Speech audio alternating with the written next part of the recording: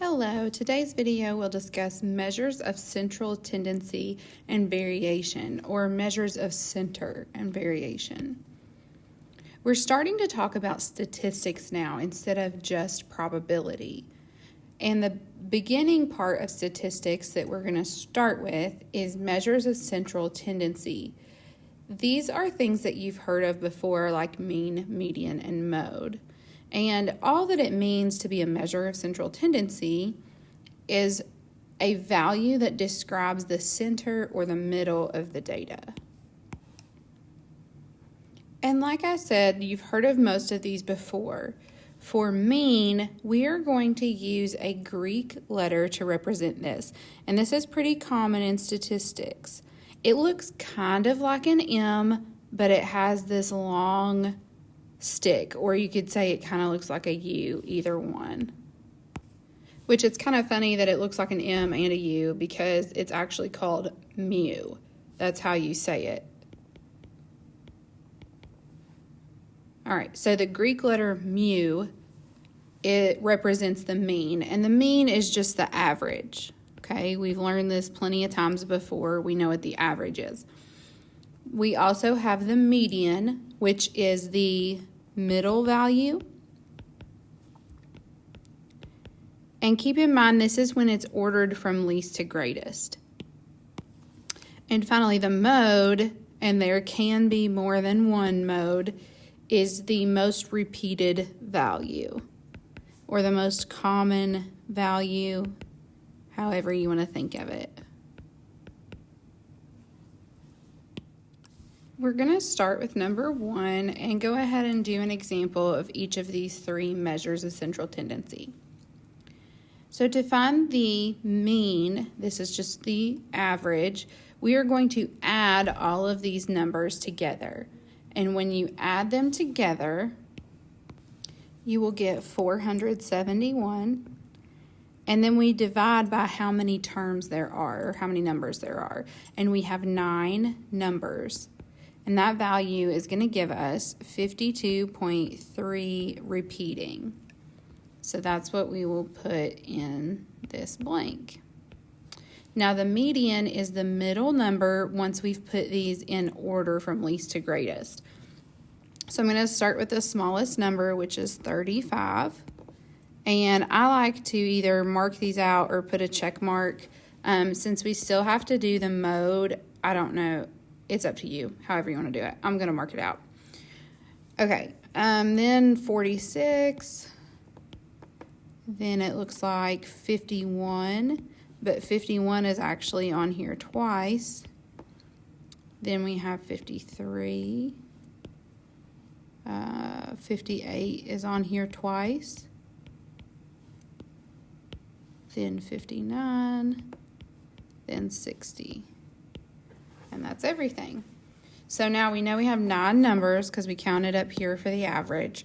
So the middle number is going to be the 5th one, which is 53. And finally, the mode or modes are going to be 51 and 58 because they both show up twice. So that's how we can have 2 modes.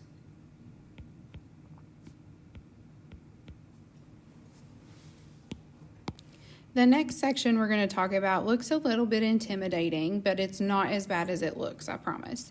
So measures of variation are values that describe how spread out a set of data is, and they can also be called measures of dispersion.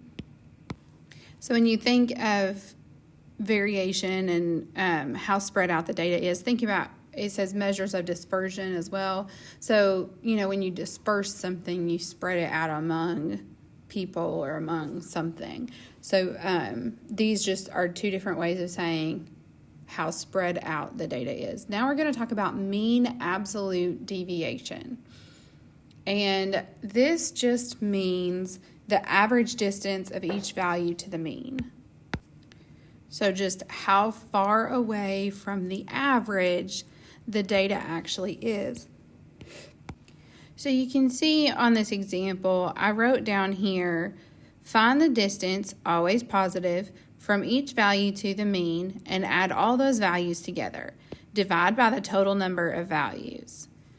So we want to find the distance from each of these values to the mean. So the first thing that we need to do is find the mean or average.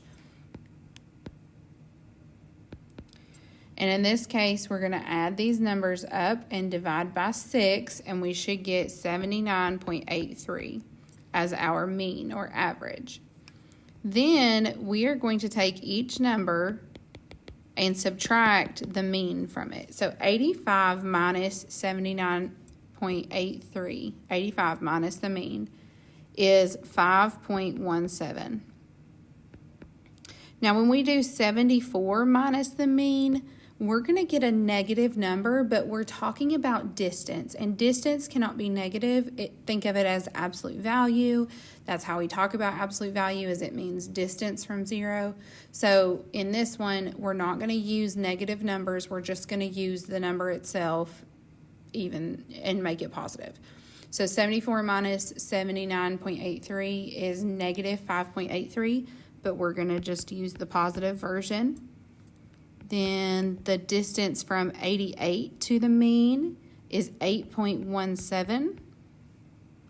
The distance from 80 to the mean is 0.17. The distance from 92 to the mean is 12.17. And the distance from 60 to the mean is 19.83. And then we want to divide all of this by how many terms there are, how many values, and there are 6. So looking at our steps again, we find the distance from each value to the mean, so that's what our subtracting was, and add all those values together. Then we divide by the total number of values. So that's what we have written here. This is going to give us 51.34 divided by 6, and our mean absolute deviation is 8.56. And what that tells us is that the data averages a distance of 8.56 from the mean or from the average. So now we're going to go even further, and we're going to talk about variance. The variance is the average squared distance of each value to the mean. And I don't want you to think too much about the definition really, because it sounds a lot more confusing than it is. And once we do some examples, you'll see how much easier this is than you would think. The standard deviation is the square root of the variance, and this is the most useful measure of dispersion. You're going to see what that looks like as we get into more examples. You're going to see the value of knowing the standard deviation. So what exactly do these numbers mean? A lower standard deviation indicates that the values are closer together.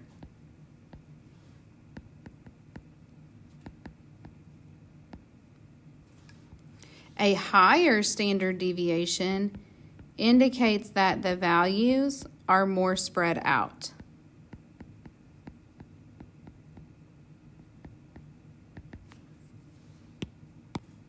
Let's look at number 5 together. It says to find the variance and the standard deviation for each data set. So in order to find the standard deviation, the variance, we need to first find the mean, because the variance is kind of like the mean absolute deviation, except we square each distance. So I'll show you what that means in a second. First, let's find the mean of this data. The mean, or the average, is going to equal 92. And we just add those 5 numbers, then divide by 5, because that's how many numbers there are. Then, this letter is called sigma. It's another Greek letter. So sigma squared, that is what variance is represented by.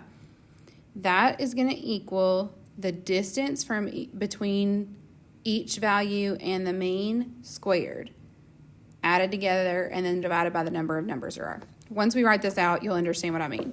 So we want to do 85 minus 92 because that is the mean, and square it. So we did 85. We're going to add to that 88 minus 92 squared. Then we're going to add to that 91 minus 92 squared. Then we're going to do 96 minus 92 squared. And finally, 100 minus 92 squared. And all of that will be divided by 5 because that's how many values there are. So this simplifies to give us 49 plus 16 plus 1 plus 16 plus 64 divided by 5. And whenever we calculate that, we are going to get a variance of 29.2. Now the standard deviation is the square root of the variance. So the square root of 29.2 equals 5.4.